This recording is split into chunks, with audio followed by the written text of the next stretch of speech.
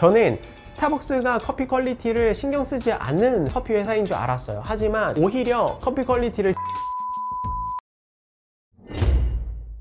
오늘은 스타벅스 커피에 대해서 좀 이야기를 나누려고 하는데요. 스타벅스 커피가 왜 쓴맛이 날까? 이 논점에 대해서 커피하는 사람의 입장으로서 말씀을 드리려고 합니다. 오늘 이야기하면서 마실 커피는 스타벅스에 대한 이야기를 하는 날이니까 스타벅스 커피를 준비했어요. 케냐 커피고요. 노트는 블랙커런트, 그레이프루트라고 써져 있네요. 우와, 육안으로 봐도 엄청 진해요. 한눈에 봐도 다크하다는 걸 알 수 있어요.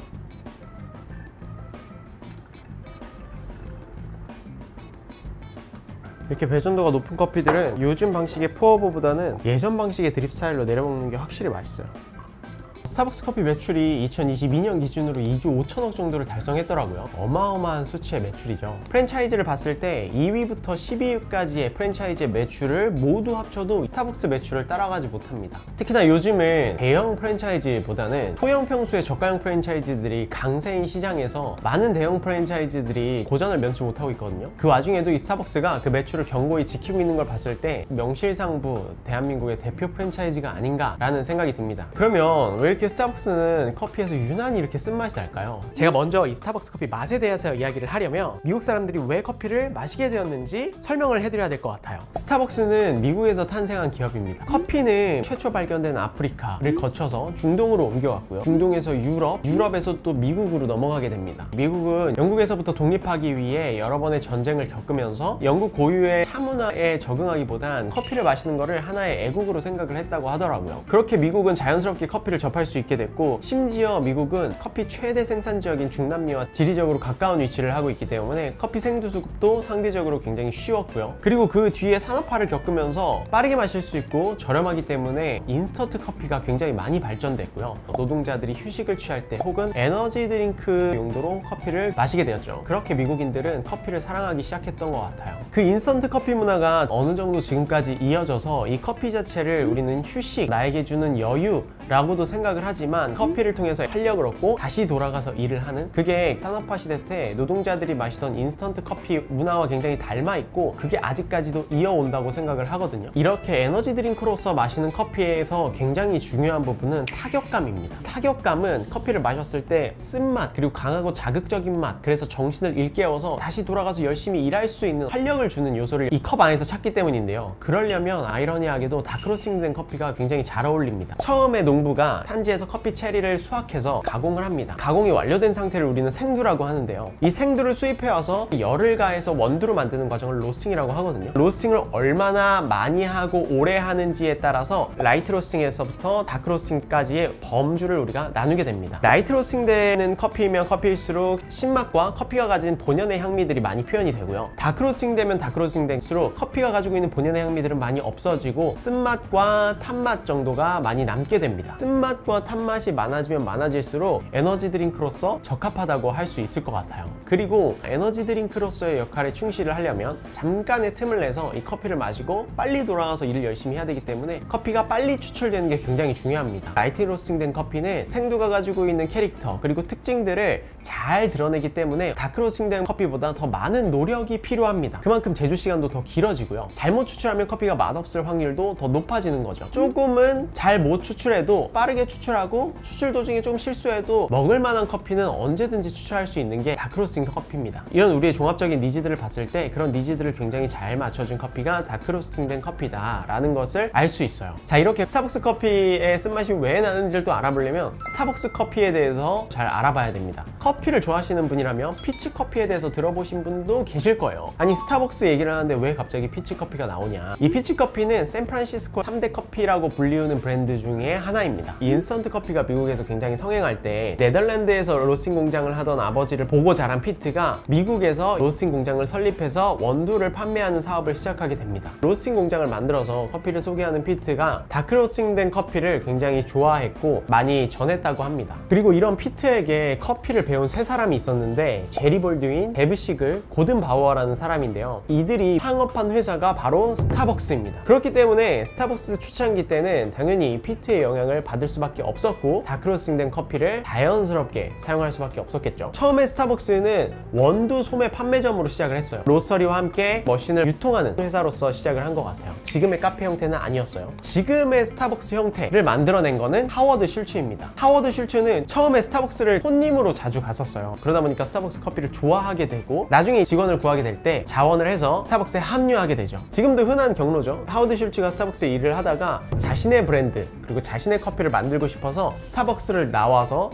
자기의 카페를 창업을 하게 되는데요. 이게 이태리의 일간지의 이름을 따온 일 지오날레라는 브랜드를 창업을 합니다. 근데 이거는 원두 로스터리 샵과는 다르게 에스프레소를 기반으로 여러 가지 베리에이션 된 커피 메뉴들을 선보이는 지금의 카페 형태로 창업을 하게 돼요. 하워드 슐츠가 일 지오날레를 창업한 이유는 이태리에 여행을 갔을 때 카페들 보면서 많은 영감을 받고 창업을 하게 됐다고 하는데요. 그렇기 때문에 지금 스타벅스가 사용하는 콜, 그란데, 벤티 이런 컵 사이즈도 다 이태리어로 구성이 되어 있죠. 그리고 마키아토라든지 프라푸치노라든지 메뉴들의 이름도 이태리어를 많이 사용합니다. 그리고 이런 하워드 슐츠가 창업한 일 지오날레가 꽤 장사가 잘 되기 시작해요. 그러면서 반대로 이 하워드 슐츠가 스타벅스를 인수를 해서 일 지오날레가 지금의 스타벅스로 완성이 되게 돼요. 여기까지 스타벅스 역사를 우리가 보면은 알 수 있듯이 3명의 공동 창업자가 창업한 스타벅스 전신도 다크로스팅을 좋아하던 알프레드 피트의 영향을 받았고요. 지금의 스타벅스를 만든 하워드 슐츠 또한 이태리 커피의 영감을 받고 지금의 스타벅스 커피를 만들게 되었습니다. 그리고 이태리 커피는 다크로스팅된 커피로 유명하죠. 이태리 커피의 에스프레소 방식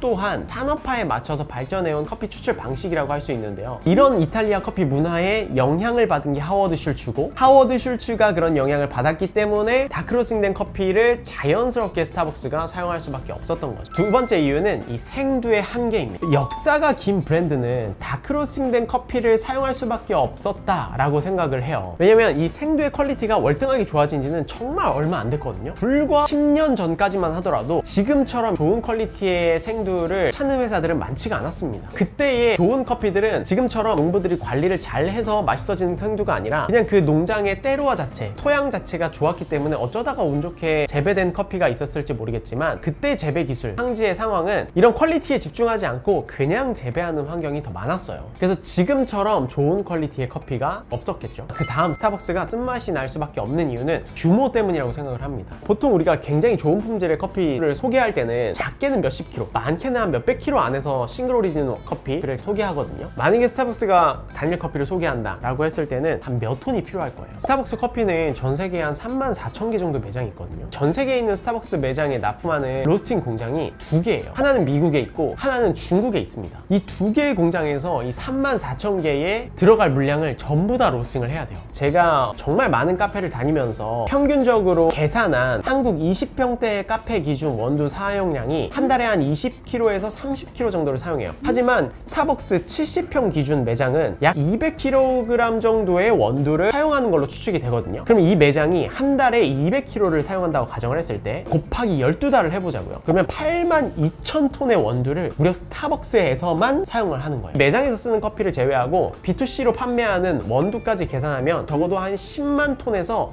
한 15만 톤 정도의 생두를 자체적으로만 소모를 할 거라고 예상이 되거든요. 2022년 한국에서만 수입하는 1년 생두량이 한 17만 톤 정도 되더라고요. 그러니까 스타벅스에서만 사용하는 커피가 한국에서 1년 동안 사용하는 생두량과 거의 비슷하다는 거죠. 이것만 봐도 스타벅스 단일 하나의 브랜드에서 사용하는 커피 양이 커피를 굉장히 사랑하고 많이 소비하는 하나의 국가와 비슷하거나 그것보다 더 많다고 생각을 해볼 수 있어요. 이런 스타벅스가 필요한 생두의 양을 수급을 하려면 단일 농장에서는 절대 안 된다는 거죠. 결국에는 수많은 나라에 그리고 수많은 농장에서 굉장히 많은 물량의 생두들을 확보를 해야 스타벅스의 물량을 감당을 할 수 있다는 뜻이고, 그렇게 수많은 농장의 커피들을 스타벅스 커피가 가지고 왔을 때 문제점은 뭐냐면 이 커피가 가지고 있는 고유의 캐릭터를 충분히 발현될 수 있는 정도의 로스팅 포인트를 선택을 한다면 스타벅스 커피는 일관성을 지키기가 굉장히 힘들 겁니다. 일관성을 지키기 위해 스타벅스 커피는 다크 로스팅된 커피를 선택할 수밖에 없다라고 이야기를 할 수가 있어요. 매장을 운영하는 입장에서는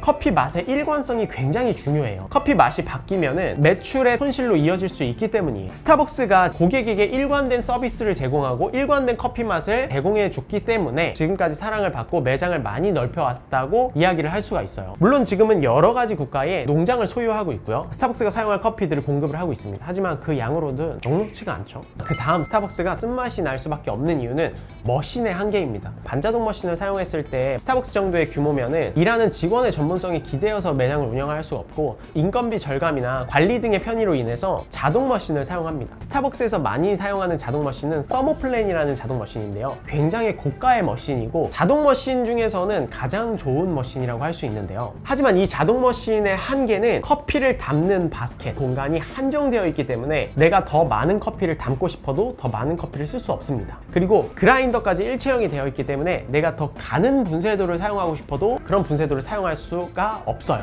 라이트 로스팅된 커피를 사용하면 사용할수록 부족한 농도를 메꾸기 위해서 커피를 더 많이 담게 되고요. 그 커피 안에 있는 성분을 더 많이 추출할 수 있도록 더 가늘게 분쇄를 하게 되는데요. 자동 머신은 이 두 가지 다 한계점이 명확하기 때문에 라이트 로스팅된 커피를 자동 머신으로 추출했을 때 좋은 결과물을 얻기가 힘듭니다. 물론 이 서머플랜은 제가 세팅해본 결과 다른 자동 머신들보다는 꽤나 이 라이트 로스팅된 커피도 정말 잘 추출하더라고요. 그리고 세팅만 잘하면 좋은 결과물을 얻을 수 있었습니다. 하지만 기계가 에러가 많이 나거나 세팅을 중간중간에 많이 바꿔줘야 되더라고요. 그리고 그 다음에 스타벅스가 쓴 커피를 사용할 수밖에 없는 이유는 관리의 한계입니다. 방금 말씀드린 내용과 같은 맥락으로 이어지는데요. 라이트 로스팅된 커피는 추출에 굉장히 민감하고 채널링이나 미스샷이 날 확률이 그만큼 높습니다. 하지만 다크 로스팅된 커피는 추출이 비교적 덜 민감하고 미스샷이 날 확률이 적고요. 미스샷이 난다고 하더라도 편차가 그렇게 크지 않습니다. 그래서 이렇게 직원이 항상 바뀌는 스타벅스 특성상 그리고 직원들이 많이 필요한 카페의 특성상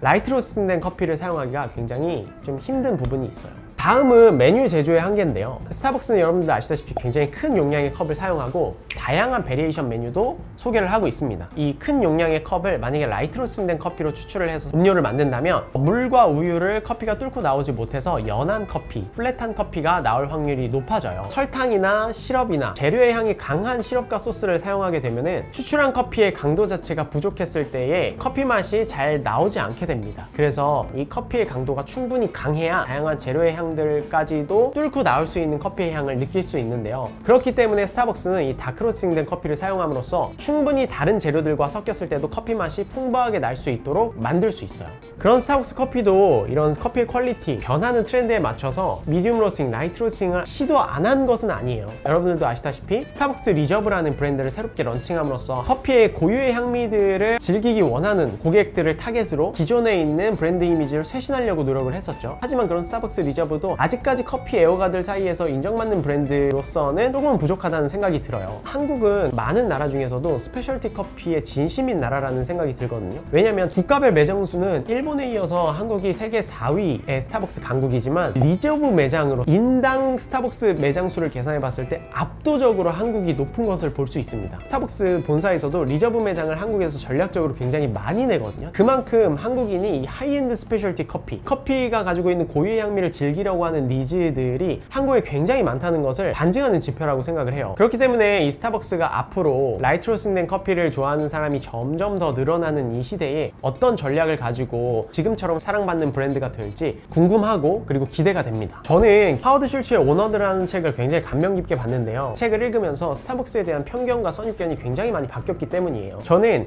스타벅스가 커피 퀄리티를 신경 쓰지 않는 커피 회사인 줄 알았어요. 하지만 오히려 커피 퀄리티를 진심으로 그리고 진정성 있게 지키려고 했었던 하나의 브랜드입니다. 그렇기 때문에 지금의 스타벅스가 있었던 거고요. 단기적인 객단가 그리고 단기적인 매출을 포기하고 장기적인 브랜딩을 위해 커피의 본질과 퀄리티를 위해서 얼마만큼 노력을 했는지도 그 책을 통해서 알 수 있었어요. 지금만큼의 브랜드를 유지해서 기업을 성장시켜 옴에도 불구하고 지금 같은 규모를 유지함에도 꿋꿋이 커피를 지켜온 것이 스타벅스예요. 지금의 스타벅스가 있기 때문에 저처럼 커피를 좋아하고 커피를 많이 알리려고 하는 사람들이 있었을 수 있다고 생각을 해요. 저는 그런 의미에서 지금까지 그래왔던 앞으로도 스타벅스가 꾸준히 많은 사람에게 사랑받는 브랜드가 되었으면 좋겠다는 생각이 듭니다.